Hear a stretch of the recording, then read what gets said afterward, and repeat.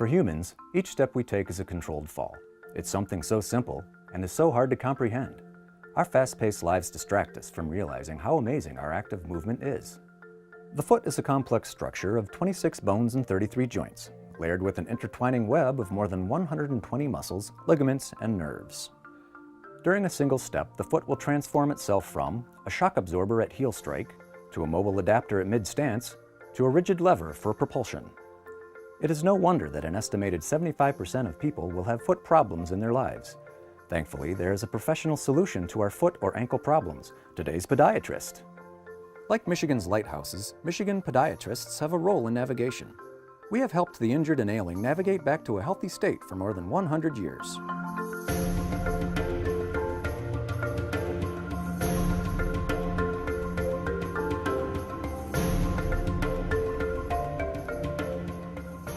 The earliest evidence of professional foot care can be found in carvings in ancient Egyptian tombs.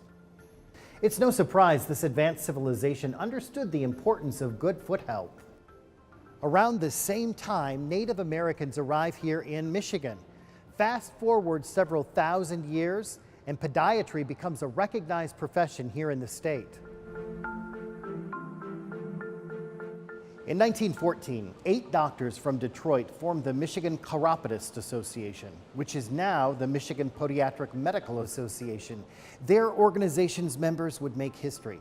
At the time, manufacturing in Michigan was booming and astonishing the world. Ford Motor Company would make the bold move to offer workers $5 for an 8-hour workday. That is nearly double what other companies were offering. A few years later, in 1918, American soldiers suffered the dreaded trench foot. It was often fatal. Now, that same year, the U.S. Surgeon General ordered podiatric soldiers to care for troops' feet. That order saved thousands of lives.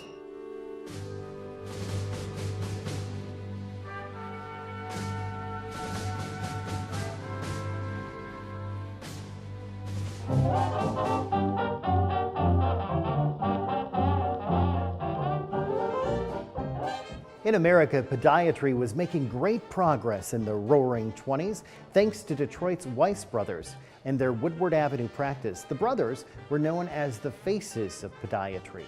Most Americans could then realize the importance of taking good care of their feet, but some Michiganders were incapable of regular checkups.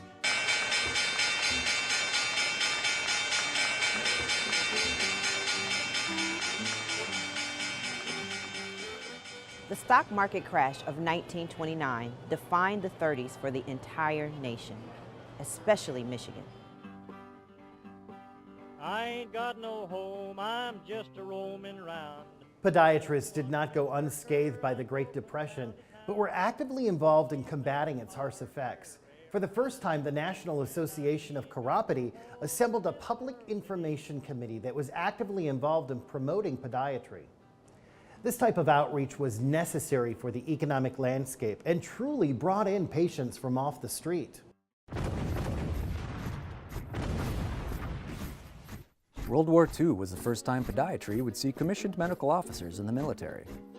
Compared to the First World War, many more podiatrists were recruited to defend our nation and keep America marching. Michigan's auto industry was quickly transforming into a war machine. As men headed off to war, women were heading into the workforce, rallying behind Detroit's iconic Rosie the Riveter.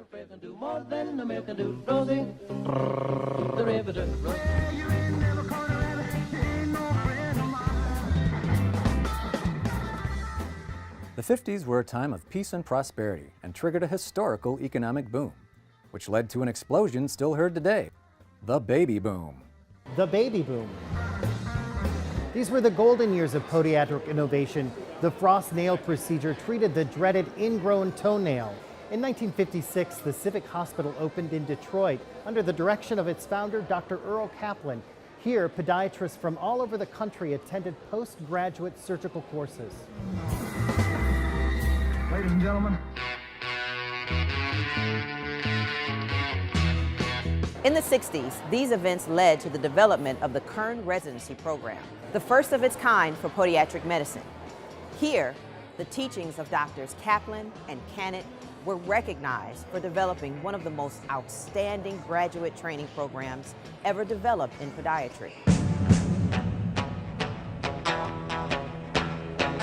You're going to need a bigger boat.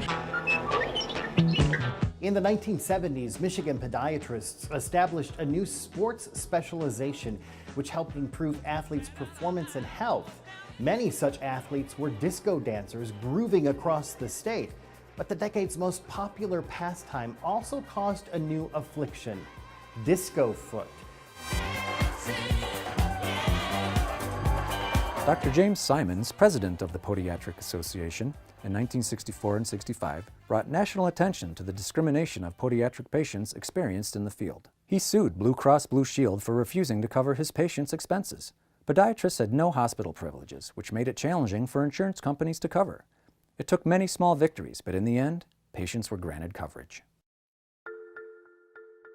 In the early 80s, Michigan podiatrists advocated for their patients once again, this time behind the leadership of Dr. Glenn Gastworth.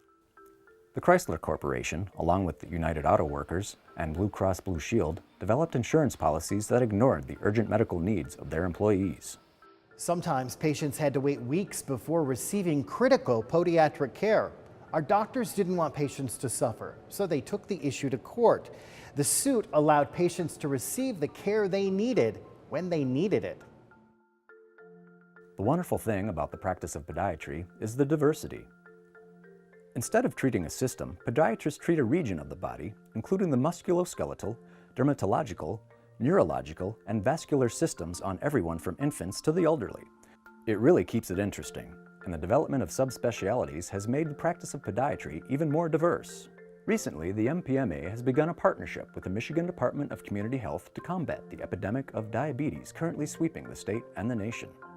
For the last 100 years, generation after generation, the members of the Michigan Podiatric Medical Association have become titans of their time. Their innovation and leadership was instrumental in creating the modern practice of podiatry we know today.